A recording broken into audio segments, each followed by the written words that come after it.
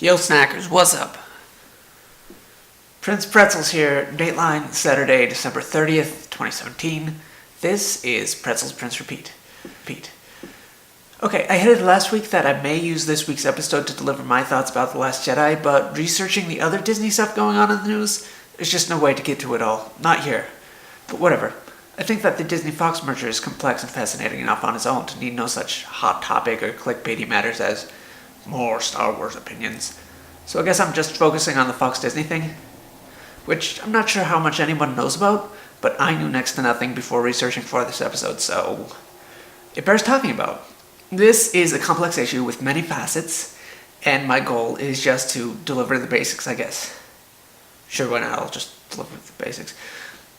Disney is paying $52.4 billion to acquire/merge with 21st Century Fox, which means acquisition of property both tangible and intellectual, and of course full ownership of properties like Star Wars or Speechless, now co-owned or split between the two companies in whatever manner. Bob Iger, meanwhile, is also extending his contract as CEO of Disney to 2021, whereas up till this announcement he had been going to retire in 2019. Now 21st Century Fox will split immediately before the merger, becoming Fox, which will immediately become Disney, and spinning off into SpinCo, looks like, the new home of Fox News, Fox Business, and the Fox Sportses, all presumably to avoid antitrust laws, as I'll explain.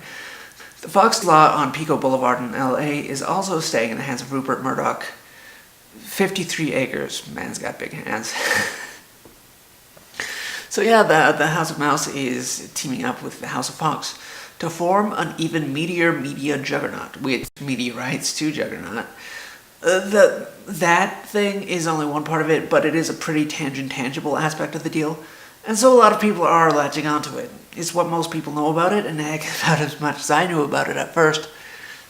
But it goeth deeper and vastier. A lot of the issue and pro and con opinions regarding it are technological in nature. The media corporations are content providers, content needing distribution and mass communication playing into that and changing that landscape. Disney currently being mainly rooted in the old content distribution system, they want to stay at the cutting edge of the media marketplace. Thus, a lot of the deal seems to be revolving around streaming services. Over-the-top services, as they're known, are a new industry, and an industry disruptor. Over-the-top means content being delivered directly to the consumer, cutting through the traditional channels. And so a large part of it is about an old media company owning new media technology and services. Now, Disney already owns BAMTech, OTT Backend company, founded initially to digitally stream baseball games, but since expanded its clients to include streamings of golf and esports and the Blaze. Neat. But sports are another big part of it, I'll explain later, mostly sports. I can't see why BAMTech wouldn't also back-end one, if not both, of Disney's announced OTT services coming up, though a lot of ballyhoo has been made over Fox/Disney's combined majority ownership of OTT service Hulu. View Halloo? Which proceeds thusly. Hulu was founded in 2007 basically as a place for reruns, a joint venture between Disney, Fox, Comcast, and Time Warner. This many cooks in the kitchen meant that until very recently it couldn't really have an identity or direction of its own, producing original content like its larger corporations, Amazon, Netflix, who've been producing content of their own for a while. It could be that Disney is interested in the deal strictly for Hulu, as some have suggested, with the other benefits periphery. Majority shareholding of Hulu would finally give Disney the leg up to get into new media and streaming like they've been planning, which would change the face of the future of streaming, them being so big. The thing is, the Hulu thing would be the hardest part of this house of cards to assemble. OTT services being so new, antitrust legislators in the U.S. Justice Department are especially concerned with protecting the industry as it fledges. Disney are being very careful around this minefield. It may be raising red flags, but that's what you're supposed to do when you play Minesweeper. Yeah. Meanwhile, though, that's not the only monopoly concern. One company being this powerful, owning this much of Hollywood, Fox and Disney combined last year raked in almost 40% of domestic box office. They be lions walking among sheep, free to do whatever they please, hopefully for good. Forbes magazine's Scott Mendelson put it this way: "It might be good news for those of us who still champion the theatrical experience. Disney has thus far been the major holdout in would-be attempts to jumpstart early VOD. If that one company now controlled 35 to 40% of the marketplace, it could be a boon for theaters, assuming Disney doesn't use its overall dominance to extract concessions and or extra money from theaters in a way that hurts its rivals and or the theater chains. Again, I'm not saying it would, and I hope that it wouldn't, but it isn't required to have the same values as the characters in its movies." And Writers Guild of America is concerned not only about the power that Disney would have, more importantly, fewer studios, meaning fewer projects getting produced. With one fewer company in Hollywood, that's one fewer company hiring talent. Now, possibly Disney is still going to let Fox do its own thing, making prestige fare for television, Oscar buzz candidates for theaters, but now with Disney-sized budgets backing it. But the fact remains, they will be one company doing all this under one roof. Logan director James Mangold put an MCU spin on this thought. "If they're actually changing their mandate, if what they're supposed to do alters, that would be sad to me because it just means less movies." Aside from the reduced quality of projects being released through traditional mediums producing fewer industry jobs, Mangold is explicitly concerned about marketing limiting the creative freedom to get more mature. Disney wanting the 12-year-olds of the world to be able to immerse themselves in the full Marvel Cinematic Universe, the Defenders Netflix stuff notwithstanding. With Sony already underway producing MCU-adjacent Spider-Man films, however, the Venom movie should be out when the Disney-Fox thing actually goes through in 18 to 24-ish months, so that should act as yardsticks to see if spin-off and adjacent universes have any box office potential. Hulu and the WGA's concerns aren't even the last of trust issues that come with the deal. Or would come if they didn't have foresight. Like I said, they're being very careful.